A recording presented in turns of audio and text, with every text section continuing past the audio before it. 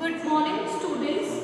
Today we will start chapter number 2. The name of the chapter is Fractions and Decimals.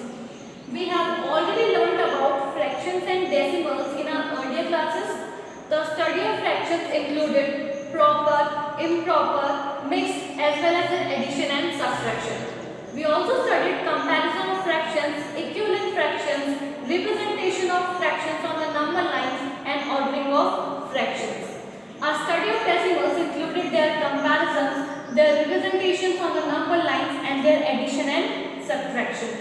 Now in this chapter, we will study about multiplication and division of fractions as well as of decimals.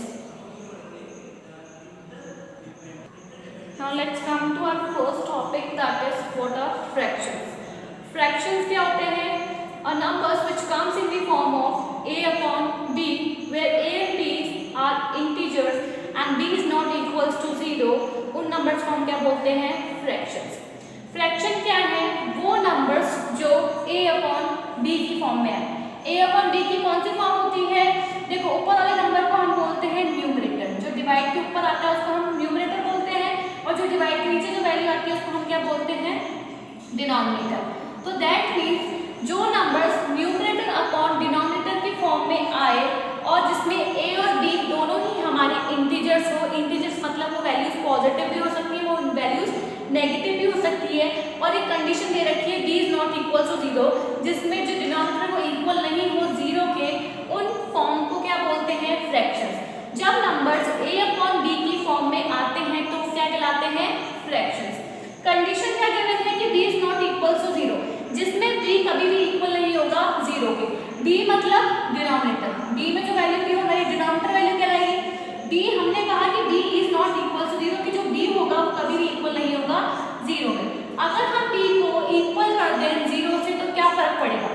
अगर मैंने denominator को equal कर दिया 0 के तो क्या problem है? यहाँ पर ये कंडीशन क्यों गिवन है कि b is not equal to 0? क्योंकि अगर जब हम b को इक्वल कर देंगे 0 के, दैट मीन्स जब हम डिनोमिनेटर में 0 ले लेंगे तो इसका कोई भी आंसर या कोई भी सॉल्यूशन नहीं निकलता है. 1 डिवाइडेड 0 का सिर्फ एक ही आंसर निकलता है, दैट इज नॉट डिफाइंड. हम इस केस को डिफाइन नहीं कर सकते, 1 को डिवाइड नहीं कर सकते 0 से, इसका कोई भी यूनिक सॉल्यूशन नहीं निकलेगा, इसलिए हम b कभी भी इक्वल नहीं लेते 0 के. तो फ्रैक्शन में भी ये कंडीशन गिवन है कि जब फॉर्म आएगी a अपॉन b की, उसमें a और b हमारे इंटीजर्स होंगे और b कभी भी इक्वल नहीं होगा 0 के. फॉर एग्जाम्पल हमने कुछ एग्जाम्पल्स लिए हैं फ्रैक्शंस के. 4 डिवाइडेड 3, 2 डिवाइडेड 7, 8 डिवाइडेड 9. तीनों ही नंबर्स हमारे किस फॉर्म में है? a अपॉन b की फॉर्म में, मतलब न्यूमरेटर अपॉन डिनोमिनेटर की फॉर्म में. तो गिवन नंबर्स हमारे क्या है? Fractions.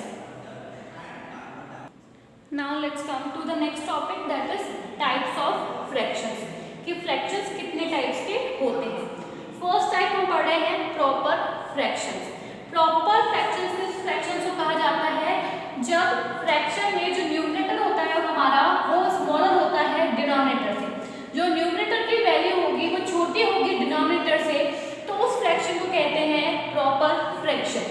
Proper fractions are always greater than 0. ये फ्रैक्शंस हमेशा 0 से बड़े होते हैं पर 1 से छोटे होते हैं. फॉर एग्जाम्पल मैंने कुछ एग्जाम्पल्स लिए प्रॉपर फ्रैक्शंस के. इसमें अगर हम ध्यान से देखेंगे तो न्यूमरेटर को देखो, न्यूमरेटर है 2, डिनोमिनेटर है 3. तो न्यूमरेटर जो है वो हमारा छोटा है डिनोमिनेटर से. उसी तरह से 6 डिवाइडेड 8, जो 6 है वो न्यूमरेटर है, न्यूमरेटर छोटा है डिनोमिनेटर से.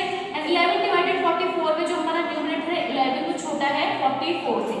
तो जब हमारे न्यूमरेटर जो की वैल्यू जो होती है अगर वो स्मॉलर है देन डिनोमिनेटर वैल्यू, तो उस फ्रैक्शंस को हम क्या कहते हैं? Proper fractions.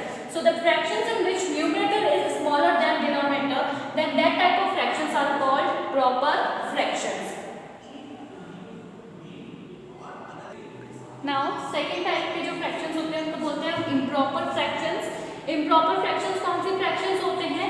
जब numerator greater हो denominator से. जो numerator की वैल्यू हमें given होगी अगर वो greater है denominator से, तो उन fractions को हम बोलते हैं improper fractions. Improper fractions are greater और इक्वल्स टू 0. ये इनकी वैल्यू जो होती है वो हमेशा ग्रेटर और इक्वल्स टू 0 होती है. For example 5 divided 3, 7 divided 4, 11 divided 5. जो हमने एग्जांपल्स लिए हैं इसको ध्यान से देखो. इसमें जो न्यूमरेटर की वैल्यू है फर्स्ट वाली फ्रैक्शन 5 डिवाइडेड 3 में जो न्यूमरेटर की वैल्यू है वो है 5, जो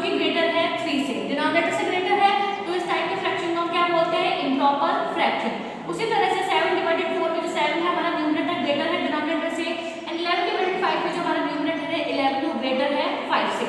तो जब न्यूमरेटर ग्रेटर होते हैं डिनोमिनेटर से तो उन फ्रैक्शंस को हम क्या बोलते हैं, improper fractions. Now types of fraction में थर्ड टाइप के जो फ्रैक्शंस होते हैं उनको हम बोलते हैं मिक्स्ड फ्रैक्शन। मिक्स्ड फ्रैक्शन कैसे फॉर्म होते हैं, combination of a whole number and a proper fraction give us a mixed fraction. जो कॉम्बिनेशन होता है होल नंबर्स का एंड प्रॉपर फ्रैक्शंस का, उससे हमको क्या मिलते हैं, मिक्स्ड फ्रैक्शन मिलते हैं। फॉर एग्जांपल 2 1/3, 4 2/8, 3 1/4, ये सब क्या है हमारे mixed fraction. Now fourth type के फ्रैक्शंस होते हैं लाइक फ्रैक्शन। लाइक फ्रैक्शंस कौन से फ्रैक्शंस होते हैं, जिनके डिनोमिनेटर सेम होते हैं। जिन फ्रैक्शंस के डिनोमिनेटर सेम होते हैं वो फ्रैक्शंस हमारे लाइक फ्रैक्शंस कहलाते हैं। फॉर एग्जांपल 1/2, 3/2, 11/2, तीनों के अगर हम डिनोमिनेटर देखें तो क्या है 2 2 2, तीनों के डिनोमिनेटर सेम है, तो जो गिवन फ्रैक्शंस है वो हमारे कौन से फ्रैक्शंस है, like fractions. Now next type के जो फ्रैक्शंस होते हैं वो कहलाते हैं अनलाइक फ्रैक्शंस। अनलाइक फ्रैक्शंस कौन से होंगे, जिनके डिनोमिनेटर सेम नहीं होंगे।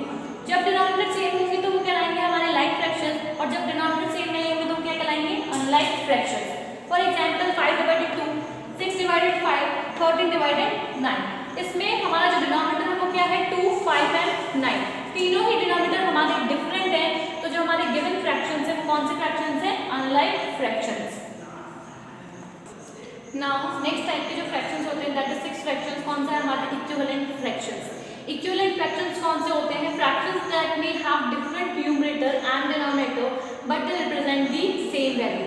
फ्रैक्शंस जिसमें न्यूमरेटर की वैल्यू डिफरेंट हो सकती है, डिनोमिनेटर की वैल्यू डिफरेंट हो सकती है, पर जब हम उनको सॉल्व करते हैं, जब हम उनको रिड्यूस करते हैं उनकी लोएस्ट फॉर्म में, तब उनकी जो वैल्यू आती है वो सेम आती है, तो उन टाइप के फ्रैक्शंस को क्या कहते हैं हम, इक्विवेलेंट फ्रैक्शंस। फॉर एग्जांपल हमने दो फ्रैक्शंस लिए, एक मैंने लिया 9/12, एक हमने लिया 6/8, इसको हम इनके लोएस्ट फॉर्म में रिड्यूस करेंगे। और लोएस्ट फॉर्म में कैसे रिड्यूस करते हैं, जैसे हमारे पास फर्स्ट फ्रैक्शन है 9/12, इसको मुझे इसकी लोएस्ट फॉर्म में रिड्यूस करना है, तो क्या करेंगे हम टेबल से इसको कैंसिल करेंगे। फिर कौन से टेबल से कैंसिल करेंगे, दोनों को एक ही टेबल से कैंसिल करेंगे। 9 और 12 जो है वो दोनों ही 3 की टेबल में आ सकते हैं, 3 की टेबल में आ सकते हैं। कितने टाइम, 3 3 9 एंड 3 4 12, तो इसको रिड्यूस करने पर हमारे पास क्या फ्रैक्शन आया, 3/4।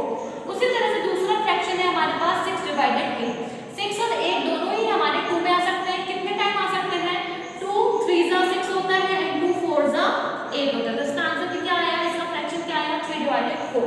तो जो हमारे गिवन फ्रैक्शंस थे दैट इज 9/12 एंड 6/8, जब मैंने इनको रिड्यूस किया इनके लोएस्ट फॉर्म में, कैंसिल करा इनको इनकी टेबल से, तो मेरे पास फ्रैक्शन आए 3/4, 3/4, दोनों इक्वल है कि नहीं है, इक्वल फ्रैक्शंस है। तो दैट मींस जो गिवन फ्रैक्शंस थे हमारे 9/12 और 6/8 वो क्या है, हमारे equivalent fractions.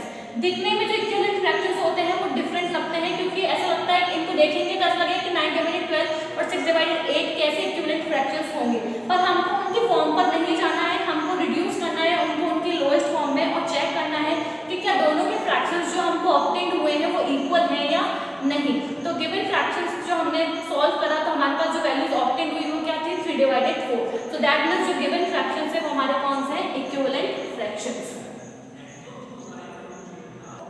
Now let's come to the next topic that is decimals. Decimals क्या होते हैं ये हम ऑलरेडी पढ़ चुके हैं। Fractions having denominator in multiple of 10, 100, 1000 can be expressed in a more simplified form.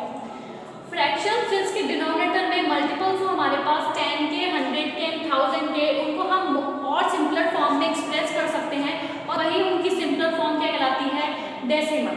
For example मैंने एक फ्रैक्शन लिया 3/10, 3/10 में जो हमारा डिनोमिनेटर है वो मल्टीपल में है 10 के, ठीक है। जब इसको हम सॉल्व करेंगे, इसको हम और सिंप्लीफाई करेंगे और सिंपलर फॉर्म में कन्वर्ट करेंगे, तो हम इसको कैसे लिख सकते हैं, 0.3 लिख सकते हैं। तो 0.3 क्या हो गई, हमारी डेसिमल फॉर्म हो गई। उसी तरह से हमने दूसरा एग्जांपल लिया 182/100, 182/100 को हम और अगर सिंप्लीफाई करें और उसको सिंप्लीफाइड फॉर्म में लिखें तो क्या लिख सकते हैं, 1.82 लिख सकते हैं। तो यहाँ पर हमारे पास 0.3 एंड 1.82 क्या हो गए, डेसिमल फ्रैक्शंस हो गए, या हम कह सकते हैं डेसिमल नंबर्स हो गए। तो हमारी डेसिमल फॉर्म कौन सी कहलाती है,